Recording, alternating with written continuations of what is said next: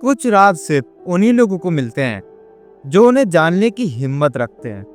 आज जो मैं कहानी बताने जा रहा हूँ वो सिर्फ एक कहानी नहीं है, वो एक श्राप है, एक पुकार है उस दुनिया से जो इंसानों के परे है। एक रहस्य भरी किताब। कई हजार साल पहले भारत के दक्षिण भाग में एक तांत्रिक था जिसका नाम था महर्षि हरवंश। उसने एक ऐसी किताब लिखी थी जिसका नाम सुनते ही इंसान का तन कांप जाए। ऊडमहारेश्वर तंत्र। कहते हैं ये किताब लिखने के बाद हरवंश ने खुद को जिंदा जला लिया था, क्योंकि उसने मोहनवासिनी यक्षिणी का रहस्य उसमें लिख दिया था। एक ऐसी यक्षिणी जो किसी भी आदमी को मुंह में बांध सकती थी, लेकिन एक शर्त थी, अगर उसने तुम्हारा नाम ले लिया तो तुम कभी भी जीवित नहीं बचते। ये कहानी है आदित्य, दिल्ली यूनिवर्सिटी में हिस्ट्री का स्टूडेंट और ऑकल्ट का दीवाना। उसने यूट्यूब में वीडियो देखी और उस प्राचीन किताब के बारे में सुना और तब से उसकी जिंदगी बदल गई। एक दिन वो शिमला के एक पुराने मोनेस्ट्री में गया जहाँ वो किताब छुपी थी। बस एक बार देख तो लूं, इतिहास कैसा लगता है छूने पर। क्या सच वाकई वैसा ही है जैसा हम सोचते हैं? किताब धूल से भरी थी, लेकिन जैसे ही उसमें पहला पन्ना खोला, हवा काफी ठंडी हो गई और एक औरत की आवाज सुनाई दी। तुमने मुझे पुकारा, आदित्य। आदित्य घबराया, लेकिन उसकी आंखों में सिर्फ जुनून था। उसे मंत्र पढ़ना शुरू किया। ओम ह्रीम यक्षिणी मोहिनी स्वाहा। अचानक से उसके सामने एक औरत आई, सफेद साड़ी में, लाल आंखों के साथ, लेकिन उसकी मुस्कान में तो मोह और मौत दोनों ही छुपे थे।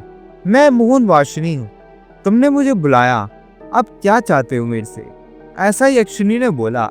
आदित्य बोलता है, तुम्हारी शक्ति, तुम्हारा ज्ञान। फिर यक्षिणी हंसते हुए बोलती है, मुझे देखते रहना, कब तक बर्दाश्त कर सकता है?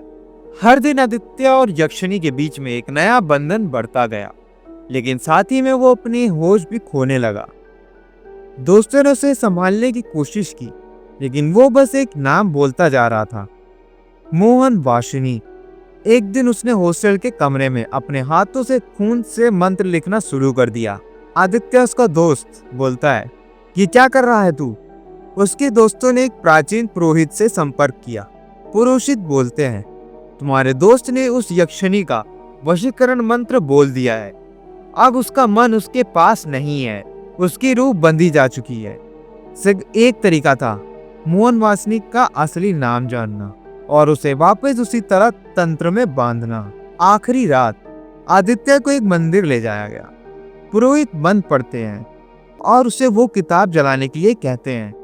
जैसे ही आदित्य वो किताब को जलाता है, मोहनवासिनी चिल्लाकर आ जाती है, तुम मुझे नहीं जानते, तुमने मुझे जागृत किया था, अब सो सकते नहीं। और फ्लेश बढ़ती है। आदित्य बेहोश हो जाता है। अगली सुबह आदित्य जिंदा था, लेकिन उसकी आंखों में वही लाल रोशनी थी। फिर वो लाइब्रेरी में जाता है और उसने एक नई डायरी खोली। मोहनवासिनी अब भी मेरे अंदर है और एक नई किताब लिखने जा रहा हूँ।